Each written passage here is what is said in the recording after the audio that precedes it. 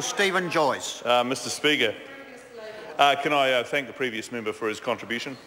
I must say it's amazing how someone so young has become so much part of the furniture around here in the education space. He fulminates along at great lengths and is actually a bit like those two guys from the Muppet Show now, which I don't think it's a compliment for someone so young. You'd hope they'd come up with fresh ideas and they'd be actually open to new ideas and open to new ways of doing things.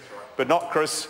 He gets his advice from the education unions, he gets his speaking points, and he stays very close to those.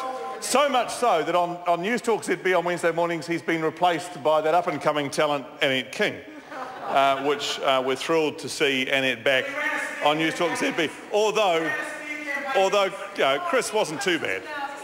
Anywho, Mr Speaker, the Education Amendment Bill number 2 is a very important bill. And it has 3 objectives: to ensure that New Zealand's education sector is equipped to meet the challenges and opportunities of the modern learning context, to create a regulatory framework that promotes accountability and high standards, and to drive continuous improvement in the education sector. Mr Speaker, my particular interest is in the areas of university and wānanga governance, and the amendments to university and wānanga governance proposed in the bill meet the bill's objectives by creating smaller, skills-based councils that will be able to respond more quickly to the modern-day challenges of tertiary education and give universities and wānanga more flexibility to reflect their unique stakeholders on their councils and tailor their councils to their specific needs. They will also clearly define the duties and accountabilities of council members so they know what is expected of them and can be held accountable for poor performance. And the reforms, Mr Speaker, will modernise councils so they can more easily meet the needs of a rapidly changing employment market, so that they can adapt to the new challenges from changing technology in teaching and learning and operate more effectively in an increasingly competitive international higher education environment. I'd like to thank, Mr Speaker, the members of the Education and Science Select Committee for their diligent consideration of the bill. I also would like to thank the organisations and individuals that made submissions on the bill. The Education and Science Select Committee received a large number of submissions regarding the tertiary governance provisions in the bill. Submitters discussed the impact of the changes on institutional autonomy and academic freedom, on diversity, on links to the community, and on staff and student voice. They emphasised the special characteristics of universities and wānanga and their role as critics and conscience of society. Many commented on the proposed increase as they saw it in the proportion of ministerial appointees on the councils. Evidence for the proposed changes was also a prominent theme. The most commonly cited reasons for submitters opposing the governance provisions in the bill were that they would 1. Negatively impact institutional autonomy and academic freedom, 2. Lead to greater ministerial control, or 3. Lead to the loss of student and staff voices on councils. I'd like to take the time at the second reading to respond to those concerns.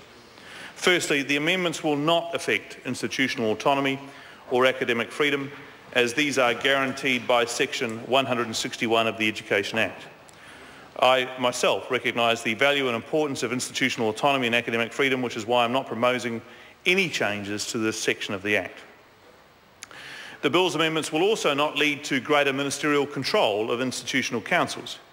Despite claims to the contrary, the Minister will have no mechanism to instruct council members to make certain decisions, nor will the Minister, he or she, have the power to sanction council members for their governance decisions.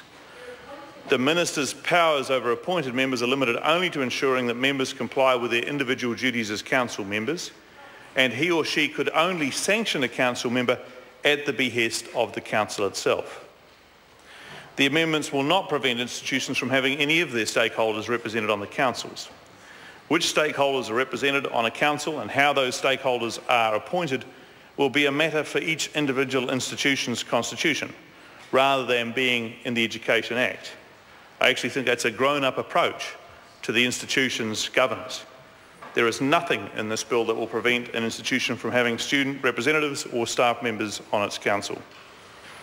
Mr Speaker, I am pleased that the Education and Science Committee has recommended my majority that the Education Amendment Bill number 2 be passed with no substantive amendments to the tertiary governance provisions. The committee has recommended several minor technical amendments to the bill's tertiary governance provisions, which I will briefly cover. The committee has recommended the bill be amended to clarify that tertiary education institutions may continue to co-opt members onto their councils by direct appointment. The councils of institutions are not subject to the Local Authorities Member Interest Act 1968, and that during the transition to new councils, the Minister is required to consult with the council before giving any directions he or she thinks are necessary to ensure it can function effectively. The committee has also tidied up inconsistencies between the bill and Part 15A of the Education Act 1989, which sets out the governance arrangement for polytechnics. The government intends to support the amendments recommended by the committee. Mr. Speaker, the international education components of the bill will create a more robust regulatory framework for our international education sector.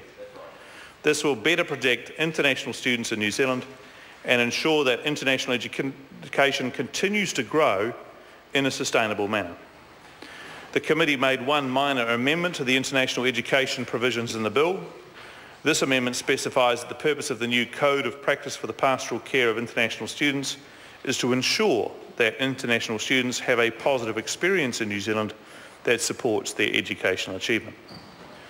Mr. Speaker, the Education and Science Committee did not recommend any amendments to the bill's quality assurance provisions.